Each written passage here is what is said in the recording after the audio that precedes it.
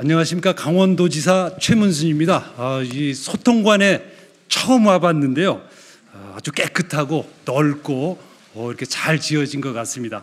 네, 이렇게 소통이 잘 되는 공간이 될 수 있기를 기대합니다. 저 사람이 강원도에서 감자 팔던 사람인데 왜 왔을까? 오늘은 뭘 팔러 왔을까 아마 궁금하실 것 같은데요. 오늘은 제 자신을 팔러 왔습니다. 제가 가진 정치 철학, 신념 그리고 사상, 정책을 잘 들어봐 주시고 살 것인지 말 것인지 결정해 주시기 바랍니다. 웬만하면 좀 많이 사주셨으면 고맙겠습니다. 조금 아까 존경하는 허영 의원님께서도 말씀이 있으셨지만 지금까지는 제가 강원도 완판남으로 불렸었는데 오늘부터는, 지금 이 순간부터는 대한민국 완판남으로 불러주시면 고맙겠습니다. 이때 완판남이란 완전히 판을 바꿀 남자, 이런 뜻이 되겠습니다. 지금 우리나라가 겪고 있는 문제가 작은 정책들로는 잘 해결되지 않는다고 봐서 완전히 판을 바꿔야 된다라고 해서 대한민국 완판남을 자처하고 나왔습니다. 국민 여러분들께 출마 보고를 해 올리도록 하겠습니다. 출마 보고의 제목은 분노하라입니다. 청년들이 울고 있습니다. 울음소리가 들린 지는 이미 오래됐습니다. 취직을 하려면 100통의 자기소개서를 쓴다고 들었습니다. 어렵게 취직을 해도 비정규직이라고 합니다. 월급은 적고 근무 시간은 깁니다. 월급을 받아 집세로 다 냅니다. 이 직장, 저 직장을 옮겨 다닙니다. 결혼할 상대가 있어도 엄두를 내지 못합니다. 전혀 새로운 얘기들이 아닙니다. 제가 속한 민주당은 최근 서울시장, 부산시장 선거에서 참패했습니다. 왜 참패했는가? 국민 여러분들께서 우리 당에 분노하셨기 때문입니다. 특히 젊은 청년들의 분노가 컸습니다. 왜 분노했는가?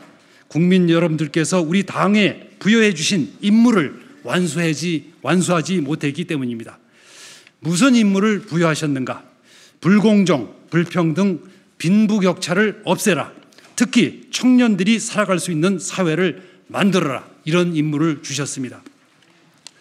우리가 해내지 못했습니다. 너무나 죄송합니다. 송구스럽기 짝이 없습니다. 그러면 이제 어떻게 할 것인가? 저는 도지사직을 수행하면서 불공정, 불평등, 빈부격차의 문제가 왜 이렇게 해결되지 않는가를 고민해 왔습니다.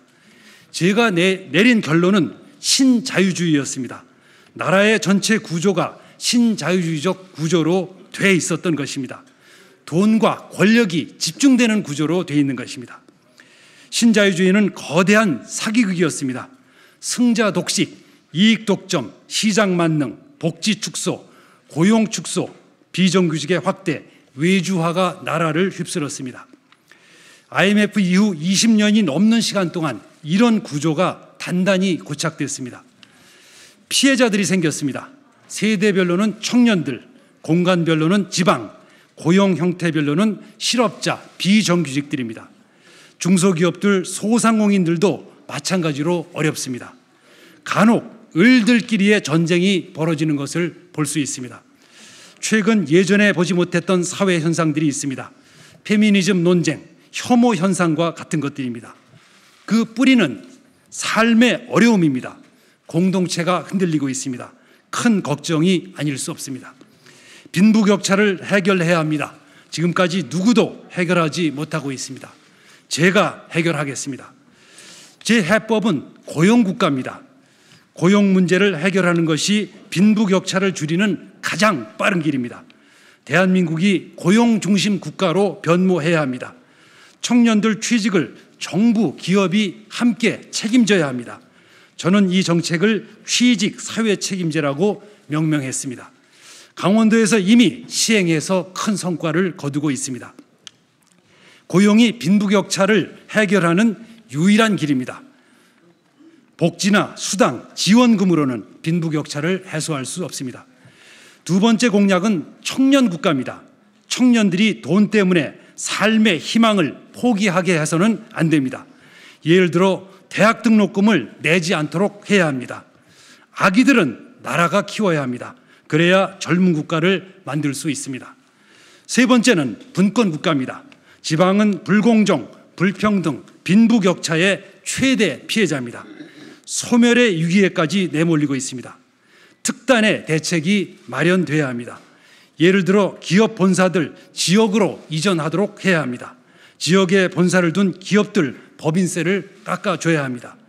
지역에 본사를 둔 기업들은 심지어 상속세까지도 면제해 줄 정도로 파격적으로 지원해야 합니다. 지역 대학들은 벚꽃 피는 순서대로 문을 닫는다고 합니다. 지역 대학들부터 등록금을 내지 않도록 해야 합니다. 네 번째는 평화국가입니다. 남북은 형제입니다. 남북관계를 규정하는 새 정책으로 형제 정책을 준비했습니다. 서로 독립적으로 살면서 서로 돕는 관계를 말합니다. 잠깐 소개를 드리자면 제가 오늘 메고 나온 넥타이가 2011년 남아공 더반에서 평창 동계올림픽을 주최할 때 메고 갔던 넥타이가 되겠습니다. 오늘은 2024 강원 청소년 동계올림픽이 3년 후에 열리게 되는데 이것을 남북이 공동으로 개최할 수 있었으면 좋겠다는 염원으로 이 넥타이를 메고 나왔습니다. 다섯 번째는 디지털 국가입니다. 대한민국 국민은 모두 디지털 정체성을 가져야 합니다. 매일매일의 삶이 디지털 공간 안에서 이루어지는 나라가 될 것입니다. 자랑스러운 민주당의 당원 동지 여러분, 우리는 민주주의를 쟁취하기 위해 삶을 걸었던 사람들입니다. 당원 동지 여러분들이 너무나 자랑스럽습니다. 당원 동지 여러분들에게 큰 자부심을 느낍니다.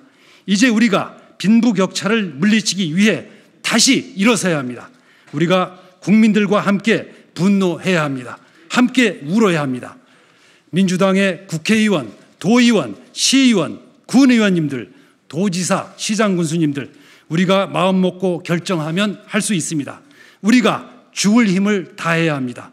우리가 본래 있던 곳, 가장 낮은 곳으로 가야 합니다. 빈부격차를 해결할 사람들은 우리들 뿐입니다. 진정성이 필요합니다. 꼭 해야 합니다. 그리고 할 수 있습니다. 존경하는 국민 여러분, 제가 가진 정치 철학이 인간의 존엄입니다. 인간은 모두 귀한 존재입니다. 대한민국이 존재하는 이유도 국민들을 귀하게 하기 위함입니다.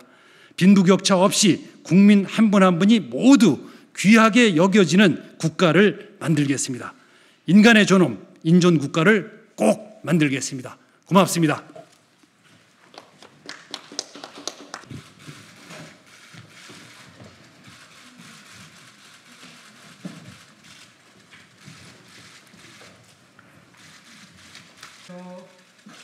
선생님.